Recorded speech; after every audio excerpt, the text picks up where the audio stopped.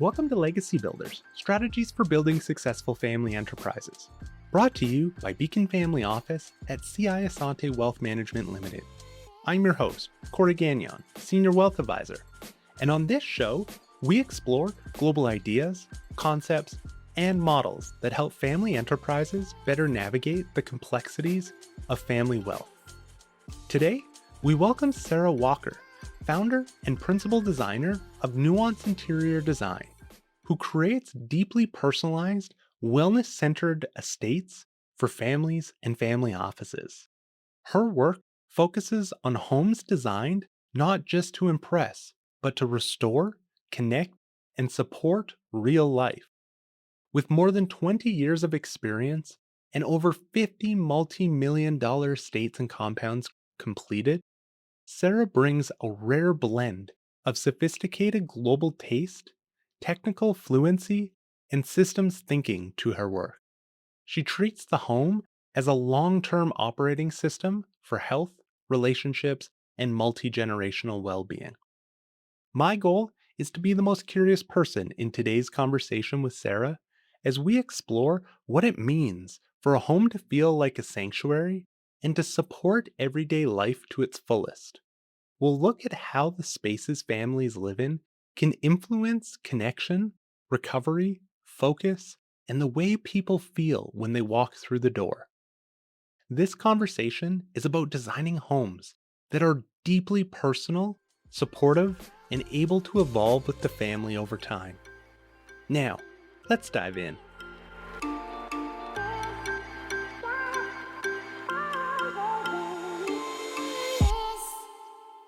Welcome, Sarah. We're excited to have you here today to share your wealth of knowledge and experiences with us. Let's dive in, shall we? Thanks, Corey, for having me. I'm excited.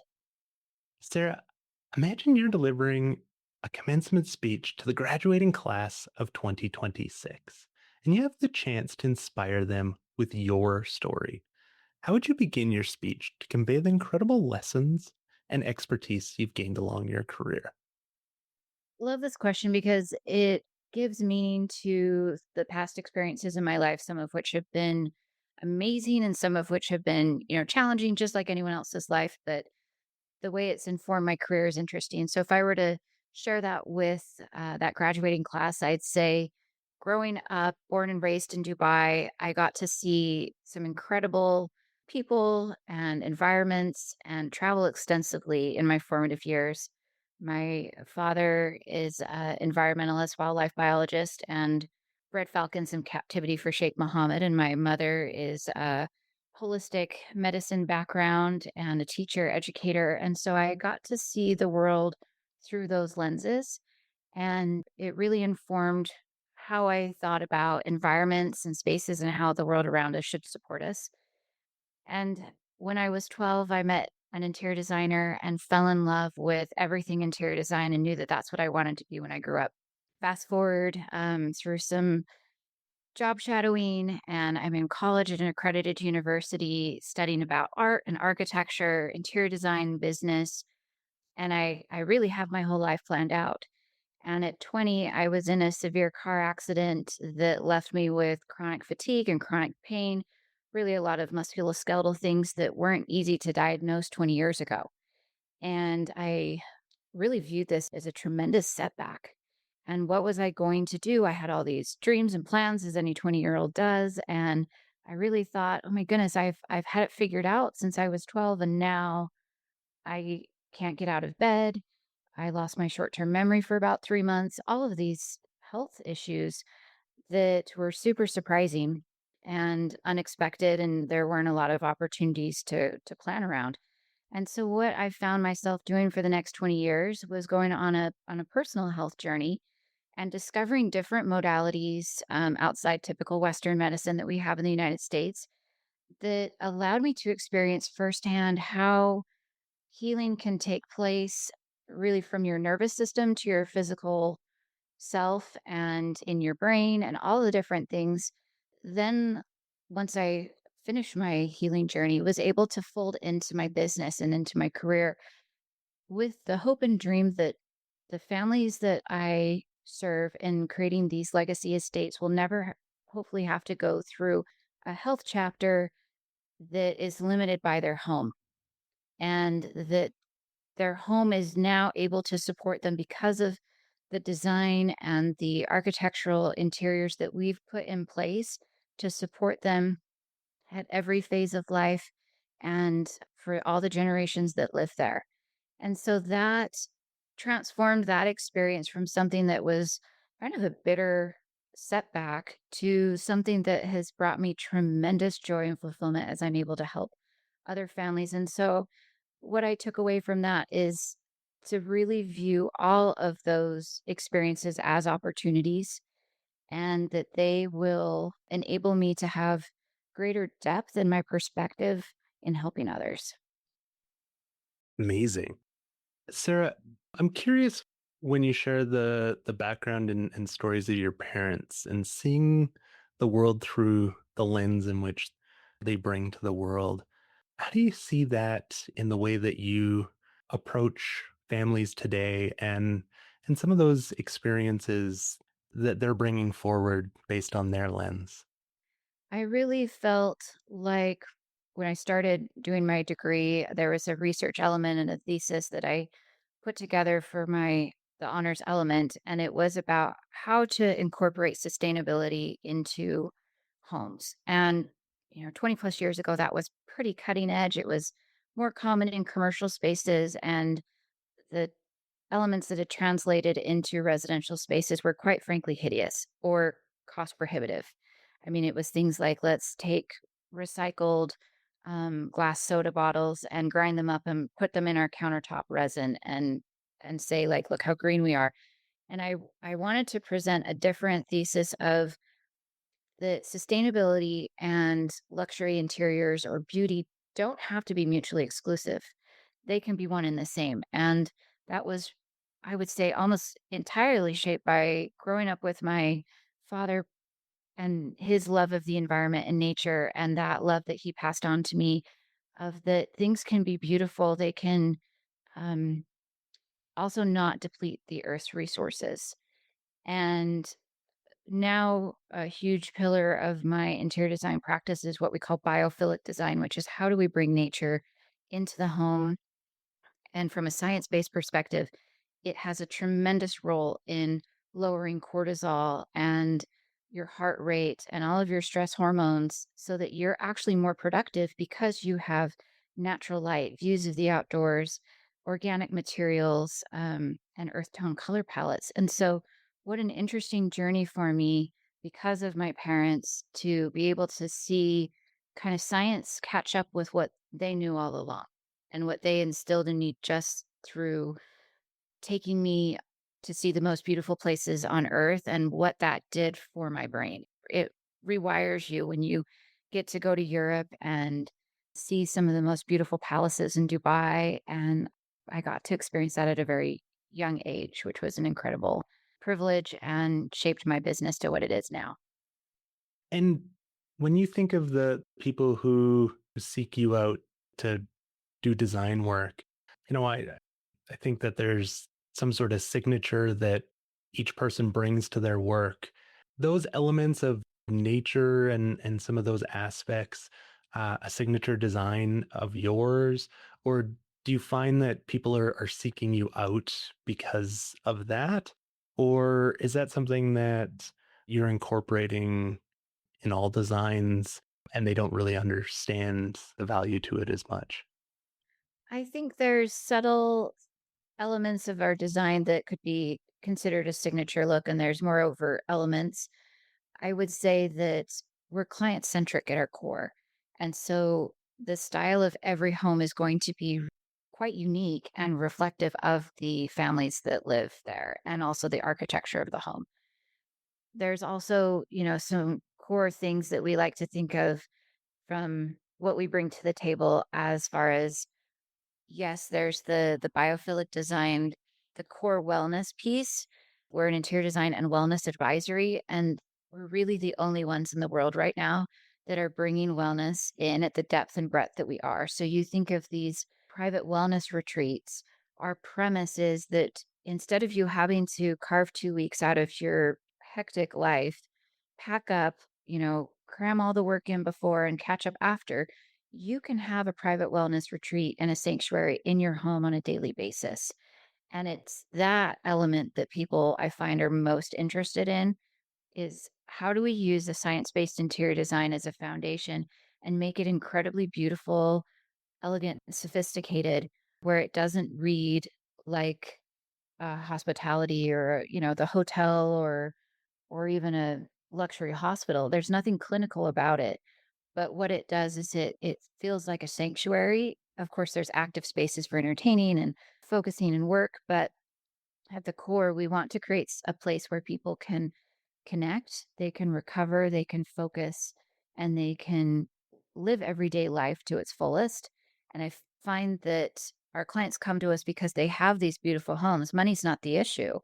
They have a show home that feels like it doesn't have a soul. It doesn't help them connect with the people that they've, built a family office for, or they've, accumulated all this wealth and they want to enjoy it. And they have this show home that doesn't actually support how they want to live, either from, just a day to day, I'm jet lagged or I'm stressed or I'm burnout or, I'm chasing after kids, all the way to I had a health crisis. And now what? My home is hard to maneuver. It's hard to manage. It's hard to take care of. The staff are frustrated. And so they come to us really for almost a feeling that we imbue in our homes where the people are more important than the portfolio piece. And we believe that, yes, of course, your home can be beautiful as well as supportive of those everyday activities. But so many people think, oh, I've got this home and I have to make it ostentatious and I have to prove something to my friends. Whereas we say, you can, but also let's make it wonderfully supportive of how you want to live and connect. Yeah. And Sarah, as you speak of bringing that nature component in and that retreat feel into the space, I'm thinking about physical location of these properties and how important is that to your design and what you're incorporating? Or do you feel like you can build something beautiful and that feels amazing in just about any place? Great question, because I think that there's a couple ways to answer that. Oftentimes, our clients have multiple residences all over the world. For example, we just did a penthouse in Bellevue in the Washington State area, and a urban environment, and we were still able to make it feel very much like a sanctuary, even though it was in a high rise surrounded by other high rises, and capitalize on, tremendous amounts of natural light and create a place that was very reflective of them. Now, they also have homes other places that, a waterfront home, the ski chalet, the places that are more intertwined with nature. And I find that those homes have a different role.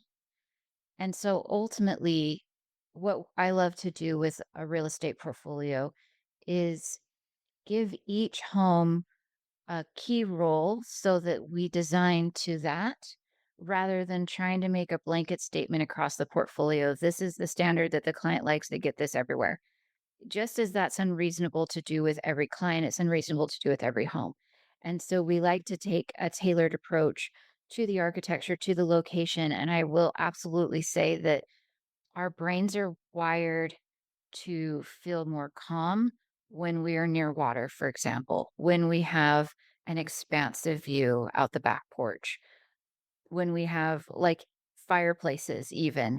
It's part of how we signal to the brain that we're calm and safe is very dependent on our environment. And so when I don't have, an expansive vista or a lake or a beautiful mountain or whatever that I'm working with, I bring that inside. And so I will have artwork of nature. I will have more natural materials and plants and different ways that I balance that out. But ultimately, I think I've been very fortunate to work with homes in very beautiful locations, and there's a synergy that happens. And thinking of that feeling of living in the show home, how do you take that feeling out of the space when it's something that already exists and somebody's coming to you saying this space is not supporting us? Great question. And we tend to get involved in large scale renovations, as well as the new builds. So if there's an existing property that just really missed the mark, or it was wonderful for the clients before, and now we have new people that need something completely different, we really spend a lot of time listening and getting to know them and saying what colors resonate with you, what, wood tones, what textures, what fabrics, what really speaks to you either from your travels or from past homes. And then we take all of that information and do a lot of extrapolating, frankly, because it's so hard to translate a client's feeling into a fully baked design. And so we do a lot of that translating work, right? Of saying, okay, they love this. That means how do we make that snapshot into a whole home? And a lot of it comes down to acoustics, quality of light, the layering of textures and materials, the artwork, all of these things we wrap into a science based term called neurosensory design or neurosensory architecture, which is what is your nervous system reading from that space? And science tells us that within 3 seconds, your nervous system has scanned the new room that you've walked into and made a decision. Is this safe or is this not? And it's so subtle and it's so ingrained into how we live our lives that we don't always know that we're actually being undermined at a low level by our homes constantly. We just take it at face value that this is what it is. This is how it has to be. I paid, $50 million for this home. I'm going to love it. And we kind of force ourselves into that, unfortunately. And what I like to do is say, okay, yes, and what can we do to have this room feel like a space where your family wants to sit around for hours and talk, where they love to just watch you, be in the kitchen or have movie night, or where your friends want to come over to your house because they can't quite put their finger on it, but they love being there. And that is neuroscience. And that is what we have spent a lot of years figuring out. How do we signal to the brain that this is an inviting, safe, enjoyable place to be? And it's very personal. It's very personal. And so it really comes down to getting to know that person. But like I mentioned, things like art, the views, how we incorporate some of the other science based elements with the acoustics and the circadian lighting, even, but things that you can't see, like toxins in the furniture, it dysregulates your nervous system. It's agitating at a low level, kind of like a rock in your shoe that you're like, "Oh, I'll take care of that weird smell. I'll just air out the, house, open some windows, and it'll be fine." But actually, those off-gassing chemicals are in the air for years after the smell that your nose can pick up goes away. And so we start at the very basic level of saying the construction materials are going to be non toxic all the way to the furnishings. When you speak of the nervous system, I think of families where there's a space where there's trauma associated. It might be the summer property where there's been some major fights, or that room in the house where people just aren't getting along. And how much do you think is associated with the space itself as much as, maybe there's some conflict that was coming out anyways, and it just happened to be in that space where we see a pattern? I find that the more I talk to other people thinking about neurosensory design and our nervous systems, the more that we see how much of a product of our environment we are, and that we can take supplements and we can do juice cleanses and we can, do steam showers and saunas and try and kind of address maybe some of the surface level things. But if we are spending 90% on average of our time indoors, it is quite safe to say that we're a product of our environment indoors. And so what I find is that the home has a tremendous impact on conflict and emotional regulation. And a lot of what our work structures around is how do we optimize for emotional regulation? And that its core often starts with sleep. If someone is not well rested, they are not going to be extra patient the next day. It just doesn't math out that way. So, if we can create an environment that supports the family the moment they wake up until they go to sleep and through the night, they're often better equipped to self regulate. And we find that it significantly reduces conflict. I mean, there's no guarantees, but we are so much a product of our environment that our brain, if it doesn't feel safe in that environment, it isn't going to be calm in a high pressure situation. It just adds fuel to the fire that already is there. And so I think that there's a lot of interesting tangents that we could go on about, how to address those things with different, healers, and there's all sorts of different modalities to go down that at a deeper specialist level. But what I've found is that all of the counseling and the dietitians and the yoga retreats aren't as effective if the home has toxins, it has poor air quality, no one's able to sleep adequately. It's really the foundation of what all those other things are building on. And I find that I have clients that come to me and they're like, yes, we're doing all those other things and we don't really feel better. Our kids are unhappy because all we do is fight in our house. And I go, okay, what if we inverted that pyramid and started with your house and where you spend most of your time and how it feels when you walk through the door? If you walk through the door and your shoulders are still up by your ears and you are so stressed and so tense, and then you walk into an echoey home and everything is shiny and the lighting is horrific, you are not going to de-escalate from your day. But if you can come in, the greatest compliment I have from clients is that they come in and they can exhale. They can take that deep breath. They can finally feel like they've walked into a sanctuary and that they're okay, that everything can be left at the door and they have the energy to deal with it tomorrow when they wake up. Wow. And so building this with the family, what sort of things do we need to really think about? And how can, when somebody comes to you and you say, all right, I want to learn about you and your preferences and how you are going to operate here, what is it that they need to bring to you so that you can do your job the best?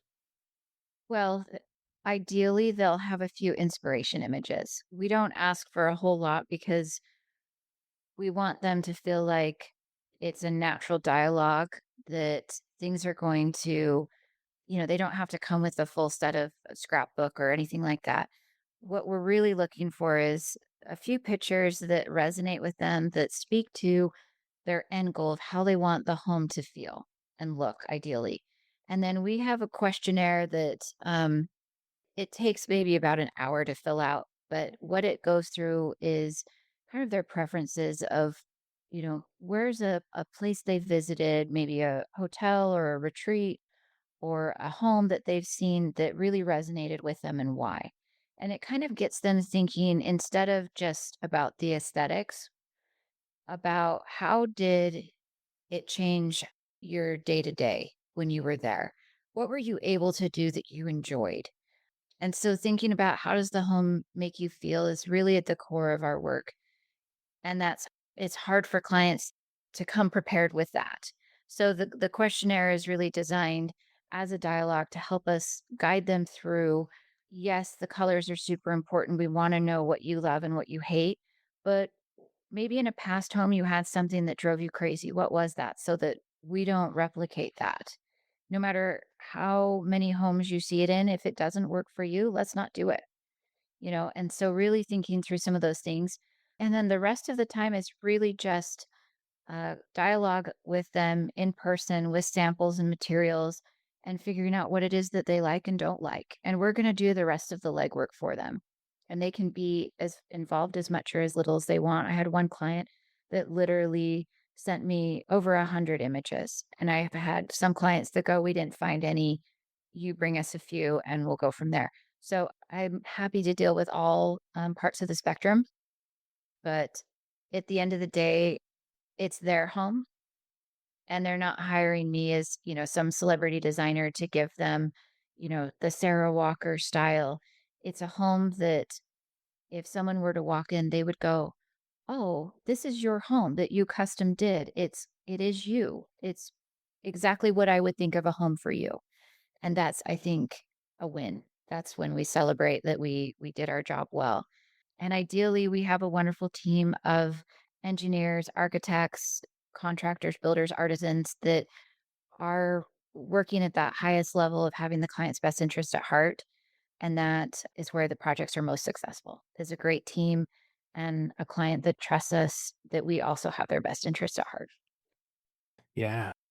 And Sarah, aside from the activities that might go on in the home, thinking of, theater and sports and whatnot, what is it? And maybe those are incorporated into your answer here. What is it that makes the home a space that those others that the family wants to invite, the friends and extended relatives, to say that this is a destination or this is a place where people want to gather? I find that it's a combination of multi-purpose spaces and also purpose-built spaces. So what I mean by that is like the kitchen is great for entertaining and for cooking and for gathering. There's also a back kitchen for the chef so that it's not disrupting kind of the everyday life. So kind of that separation that allows the staff to do their best work and the family to not have to feel like they're on stage all the time in front of the staff, and that there's those specialty rooms that allow people to go and do something that they love. So whether that's yoga, whether that's Pilates, whether that's a gun safe room that's a showcase or a specialty car garage museum, or an art gallery or a craft room or multiple offices for multiple people to keep it separate or together, having those designated areas where people can do something that they really love is so energizing and so contagious when someone else comes over and they're like, "This is amazing. I am not into X, but I love that you are, and I can see like the full depth and breadth of what your hobby is or what it is you're excited about and be a participant in that."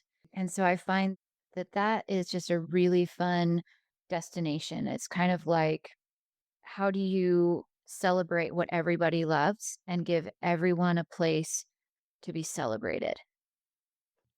And Sarah, as you mentioned, having people to support the property and the family, what is it that the family says and what is it that the staff says that makes the home a place where we can all do our best work and be our best selves?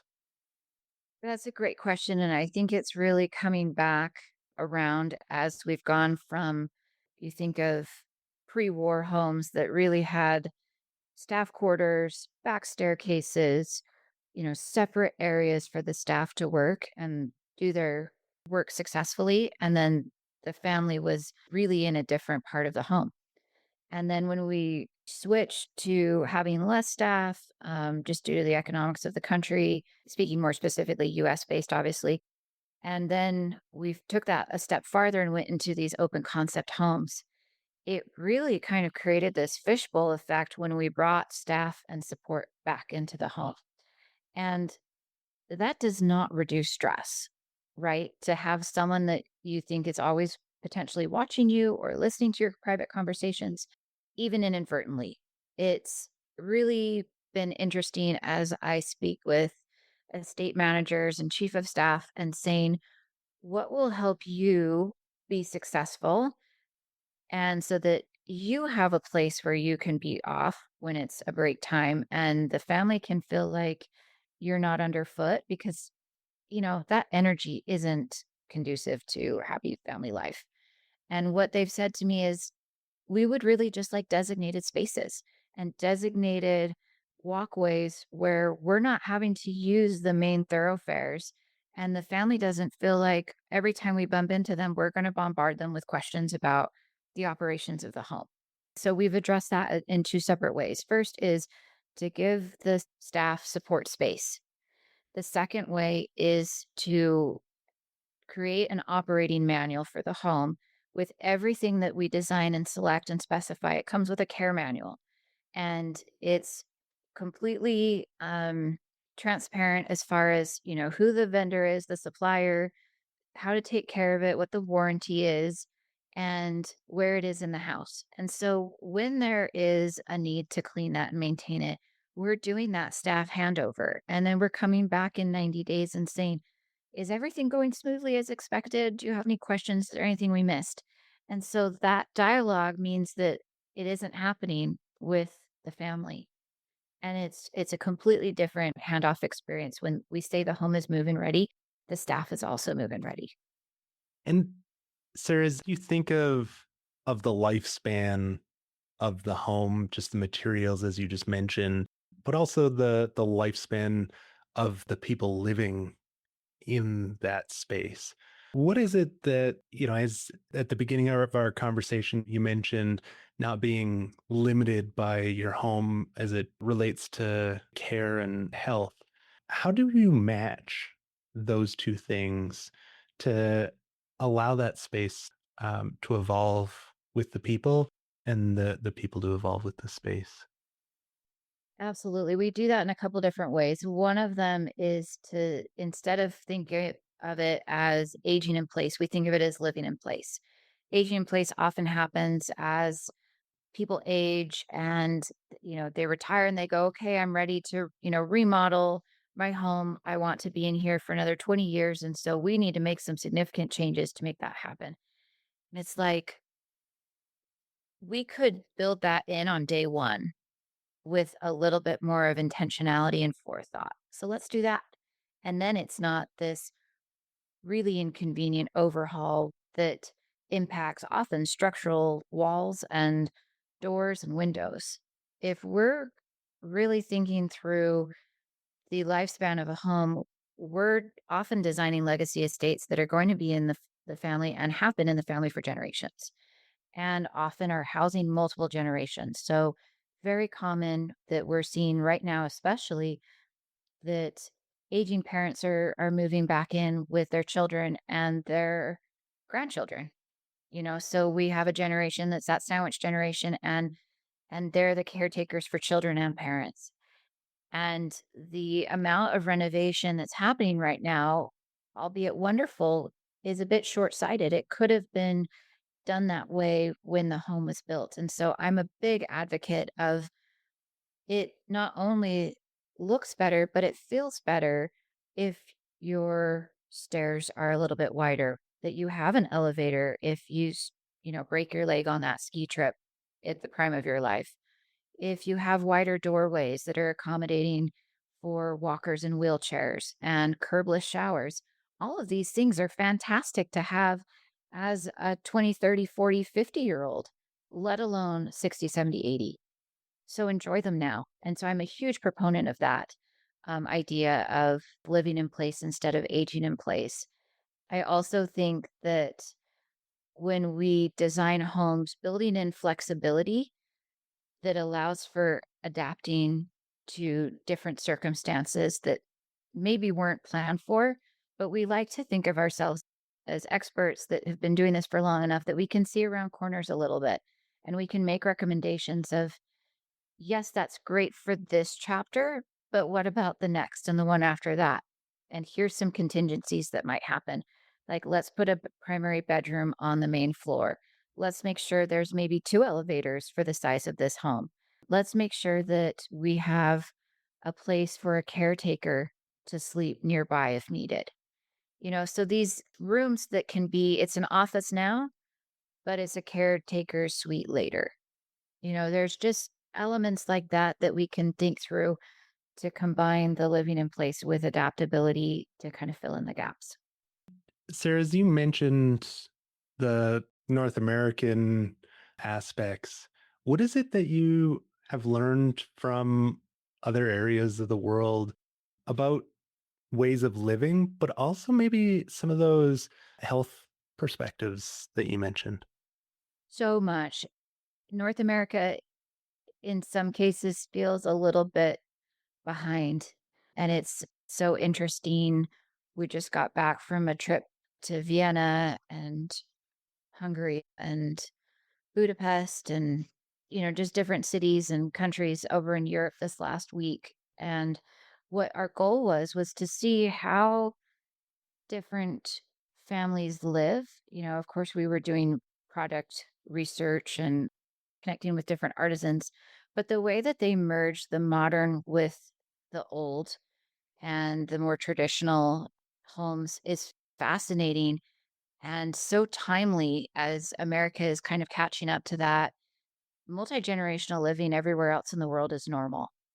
And it's really not what we're seeing as much in the United States, but it's becoming more popular, kind of almost against our will a little bit. But what's wonderful with family offices, and one of the reasons I love working with so many family offices and ultra high net worth individuals is they understand that some of their greatest assets are their family. And it could be their chosen family, but choosing to build a family compound or a large enough estate with multiple wings to encapsulate their family and kind of take care of them under one efficient umbrella is such I think a beautiful thing and so aligned with my values and our company values as a family owned business that I really love seeing that in other countries and how well they do it and how seamlessly it works. It's fabulous. One of the other things that I loved when we went to Vienna and saw just, the sheer beauty and how they celebrate, using the natural materials. When we went to Budapest, it was, the geothermal baths and what a sense of community that they've incorporated into the areas of healing and relaxation. And I feel like I love that that's becoming more of an ask with clients as they want areas of gathering and community and connection.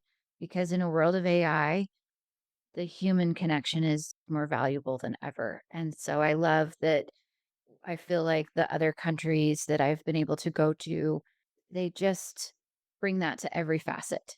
And so I'm excited to take our learnings that we go every year to Europe or China or New Zealand and incorporate that into the designs that we do because we have projects all over the world and we want to celebrate the best of what we've seen in each of those projects.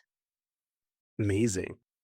Sarah, as we end our conversation or near the end, there's a few questions that I ask each guest before we wrap up. You ready for the tough ones? Love it. First is, what is one key strategy you believe is essential for building a successful family enterprise? I love to think of the flagship home as the family's operating system and not just a backdrop. So having those legacy estates that incorporate all of the elements that we talk about so that they are as set up for success as absolutely possible. And that family feels like a group of superheroes, really. It's so exciting when a family loves to be in their home and they feel like they can do their best work together. And it lowers that friction between the generations, allows the nervous system to reset, and it ultimately fosters those conversations that families want to have.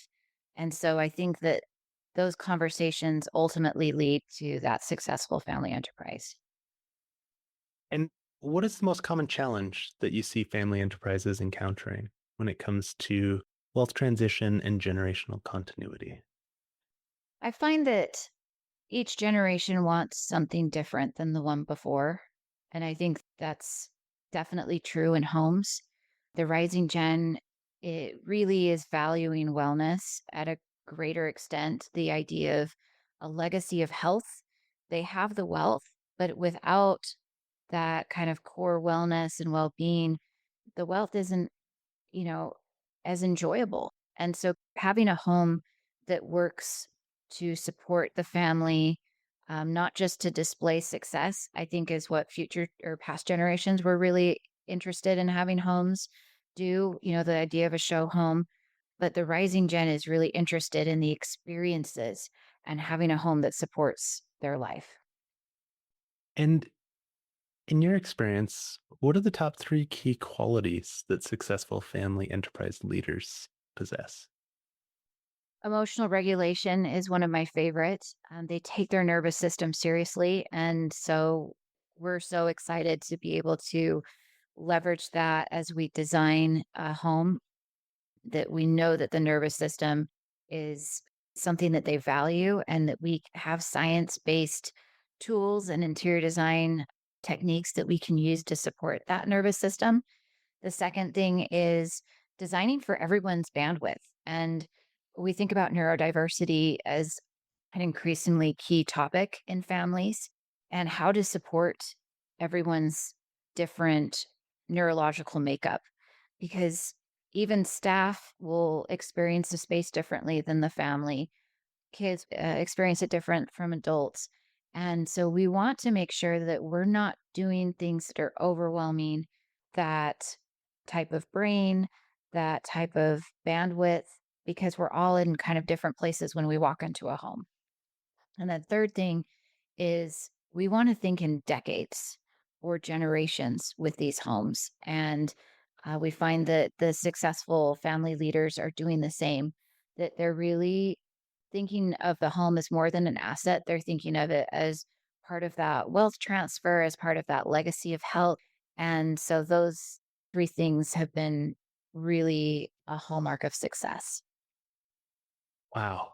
And Sarah, before we conclude our discussion, I'd like to highlight where our listeners can engage in more of the conversations that you're having, as well as any relevant conversations that maybe others are having around this topic.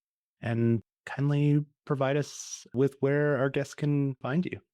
I'd love that. We're writing extensively in different publications, but largely on LinkedIn. You can find kind of a collection of those articles about multi-generational living, about air and water quality and its impact on your nervous system, about neurodivergence in the home and how to design for it.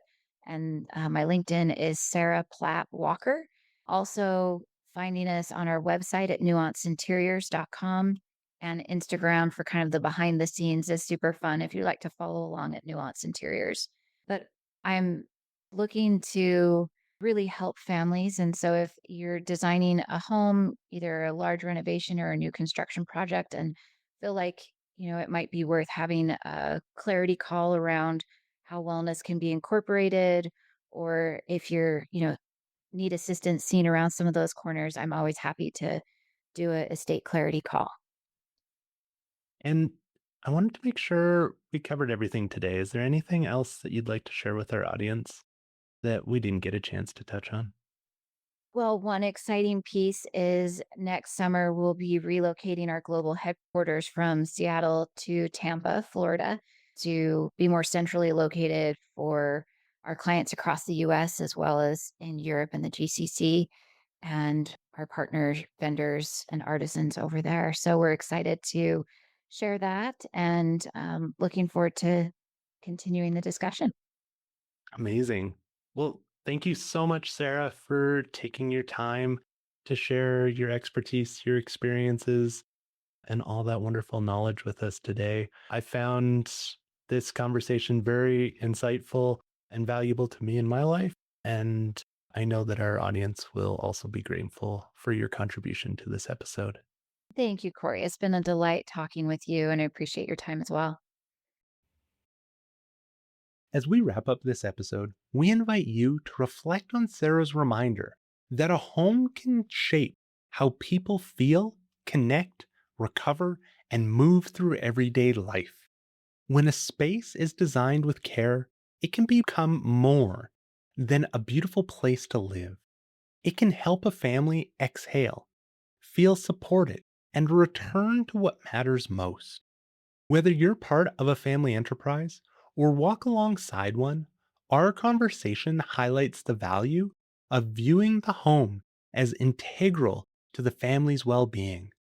When families design for how they truly live, the home can support connection, recovery, privacy, and the chapters still ahead.